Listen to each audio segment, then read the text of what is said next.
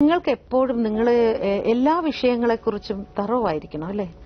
രാഷ്ട്രീയം, സിനിമ, അനുകാലിക പ്രസക്തിയുള്ള അല്ലേ? Jack of all trades and master in his own business. Cartoon വരയ്ക്കുന്നതിൽ മാസ്റ്ററി ഉണ്ടാകുകയും വേണം.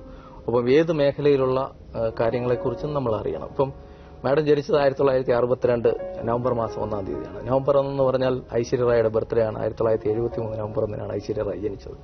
1978 നവംബർ 1-നാണ് മഞ്ജു വാര്യർ ജനിച്ചത്. നവംബർ 1 എന്ന് പറഞ്ഞാൽ 1956 നവംബർ 1-ന് കേരളപ്പിറവിയ. 1982 നവംബർ 1-ന് എന്റെ ജില്ലയായ പത്തനംതിട്ട ജില്ല രൂപീകരിച്ചു.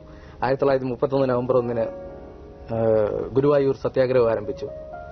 അതുപോലെ ഇടമുലക്കുടി പഞ്ചായത്ത്, ആദിവാസി പഞ്ചായത്ത് രൂപീകരിച്ചത് നവംബർ 1-ആണ്.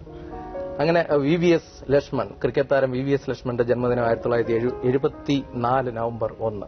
ഇങ്ങനെ എത്ര കാര്യങ്ങൾ നമ്മുടെ മനസ്സിലൂടെ കയറിപ്പോകും. ഇപ്പൊ 1962 മാഡം ജനിച്ചത്. 1962 എന്ന് പറഞ്ഞാൽ ഏറ്റവും പ്രധാന പ്രത്യേകത ഇന്ത്യ ചൈന യുദ്ധമാണ്. 1962 കേരളത്തിൽ ആദ്യമായി കോൺഗ്രസ് സർക്കാർ വരുന്നത്. 1962 R ശങ്കർ കേരളത്തിന്റെ മുഖ്യമന്ത്രിയായി.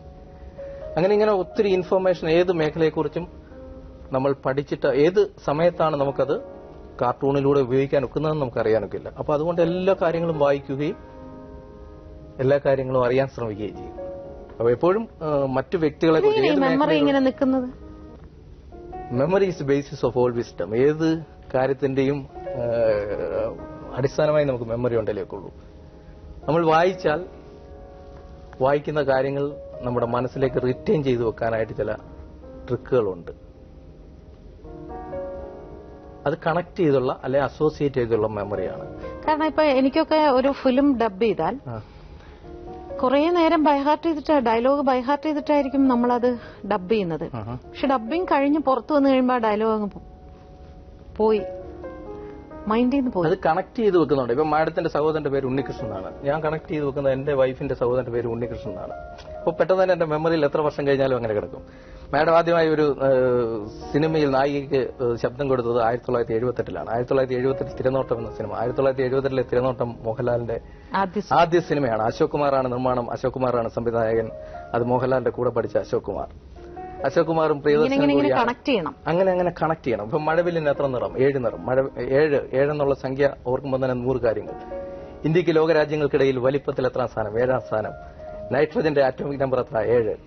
അങ്ങനെ 100 കാര്യങ്ങൾ ഇങ്ങനെ 7-മായിട്ട് കണക്ട് ചെയ്ത്. ഇപ്പം രവീന്ദ്രനാഥ് ടാഗോർ ജനിച്ചത് 7-ാം തീയതിയാണ്, മെയ് 7, 1861 മെയ് 7. മരിച്ചത് 1941 ഓഗസ്റ്റ് മാസം 7-ാം തീയതി. മമ്മൂക്കയുടെ ജന്മദിനം 7-ാം തീയതി സെപ്റ്റംബർ മാസം 7.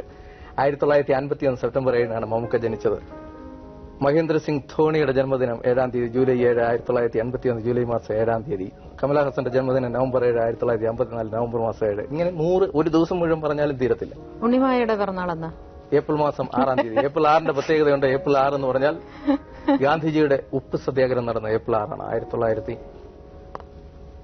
ഉപ്പ് സത്യാഗ്രഹത്തിന്റെ ദിവസം അല്ലേ ഏപ്രിൽ 6. Wedding anniversary September 8. അതിന്റെ പ്രത്യേകത ലോക സാക്ഷരതാ ദിനം, ലിറ്ററസി ഡേ. ഞാൻ കുരുക്കാൻ നോക്കിയതാ, കുരുങ്ങുന്നില്ല. നിങ്ങൾ തമ്മിലുള്ള ചർച്ചകൾ എന്തായിരിക്കും പൊതുവിഷയം? എല്ലാ വിഷയവും ചർച്ച ചെയ്യും. ആണോ? ഇദ്ദേഹം എങ്ങനെ വീട്ടിൽ പൊതുവെ ഗൗരവക്കാരനാണോ? ഫ്രണ്ട്ലി ആണോ? ഫ്രണ്ട്ലിയാണ്. ചുമ്മാ ഇവിടെ ഇരുന്ന് ഭർത്താവിന് സോപ്പിടരുത്. ഇല്ല. കാർട്ടൂൺ ഇഷ്ടമുള്ള വിഷയമാണോ? തീർച്ചയായും. ആണോ?